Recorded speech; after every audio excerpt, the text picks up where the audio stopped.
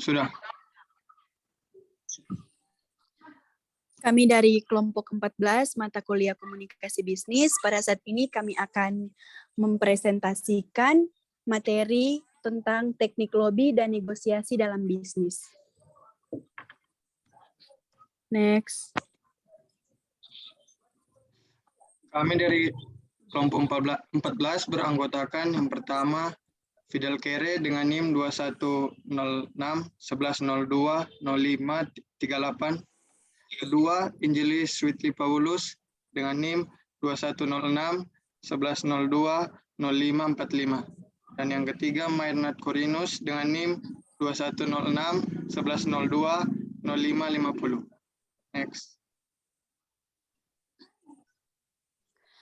Pada saat ini kami akan menjelaskan tentang materi teknik lobby dan negosiasi dalam bisnis. Latar belakang lobby dan negosiasi. Lobby dan negosiasi dilakukan bukan tanpa tujuan. Berbagai hal yang dapat melatar belakangi lobby dan negosiasi adalah adanya permasalahan antara kedua belah pihak sehingga secara terbuka saling mendekat dan secara sukarela mendiskusikan perbedaan dan mencoba mencapai keputusan bersama yang menjadi topik permasalahan. Jadi, negosiasi dapat didefinisikan sebagai sebuah kegiatan atau upaya kedua belah pihak yang memiliki masalah untuk sukarela mendiskusikan dan mencapai solusi bersama. Lobby merupakan upaya meyakinkan kepada pihak lain agar mau mengakomodir kepentingan kita sehingga muncul solusi dan terbinanya hubungan baik antara kedua belah pihak. Next. Selanjutnya ada prinsip negosiasi. Negosiasi memiliki prinsip yaitu win-win solution. Kata win-win solution mengandung makna kemenangan bersama, di mana tercapai sebuah kondisi di mana kedua belah pihak sepakat dan terakomodir kepentingannya dalam keputusan yang dihasilkan. Win-win solution juga bermakna tidak berat sebelah, sama-sama bisa menerima keputusan tanpa keterpaksaan. Win-win solution tidak harus sama rata, misalnya 50% banding 50%, atau berarti harus sama persis dibagi dua. Win-win solution adalah kondisi di mana para pihak terakomodir dan menerima keputusan dan merasa puas berdasarkan kontribusi masing-masing. Namun memang tidak menutup kemungkinan bagi dua atau sama rata, misal memang kontribusi yang diberikan sama. Win-win solution dapat dicapai dalam proses negosiasi selama kedua belah pihak menyepakati dan berkomitmen untuk mendapatkan solusi terbaik bagi permasalahan yang dihadapi. Nah, berikut adalah poin-poin yang dapat mendukung tercapainya win-win solution. Next. Perbedaan lobby dan negosiasi. Lobby berbeda dengan negosiasi. Lobby bersifat tidak formal atau tidak resmi dan dapat dilakukan di luar forum. Sedangkan negosiasi bersifat resmi dan melibatkan pihak lawan dalam menentukan waktu dan proses negosiasi. Lobby bentuknya dapat berupa pembicaraan tidak resmi atau dapat berupa surat. Baik lobby dan negosiasi dapat melibatkan pihak ketiga sebagai perantara atau pihak yang membantu.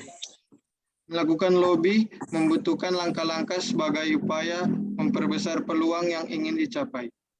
Pertama, kita harus mengetahui motif dalam melakukan lobby.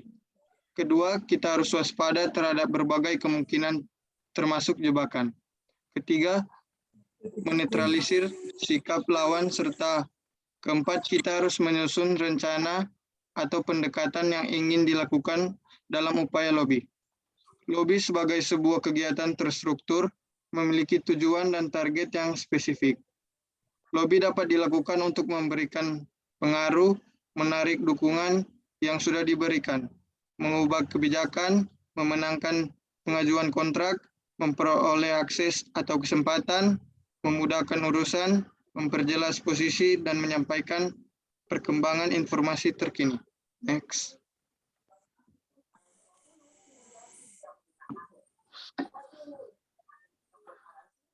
Yang selanjutnya Ada analisis, lobby, dan negosiasi. Yang pertama, analisis masalah. Masalah ada jika perbedaan antara harapan, kenyataan, hingga ada ketidaksesuaian. Analisis masalah dapat dilakukan dengan melakukan riset awal, membaca laporan perkembangan, melakukan wawancara, membaca hasil audit, melakukan pemetaan, terjadinya konflik.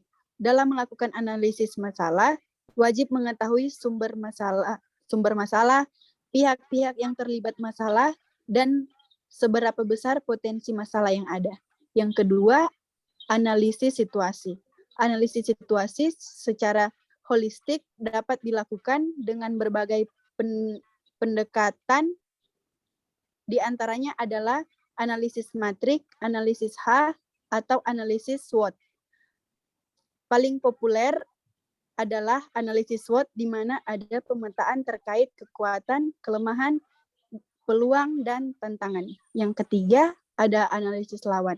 Analisis lawan, negosiasi dimaksudkan untuk mengetahui siapa lawan kita dan seberapa kuat lawan negosiasi kita.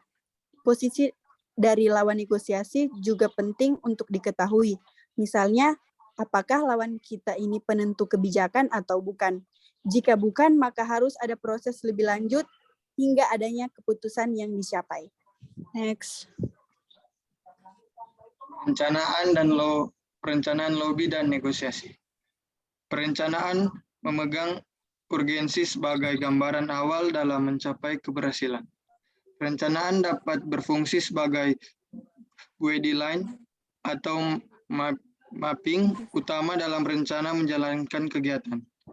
Perencanaan juga merupakan step of goal. Melalui perencanaan, mapping potensi dapat dilakukan lebih dini sehingga potensi keberhasilan maupun kegagalan dapat ditanggulangi. Melalui perencanaan, efektivitas dan efisiensi sumber daya dapat dioptimalkan. Negosiasi dan lobby juga membutuhkan materi.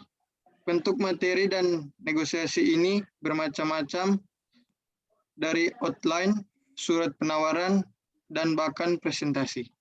Next. Sekian penjelasan dari kami, kelompok 14. Terima kasih. Inilah sumber yang kami ambil dari Google.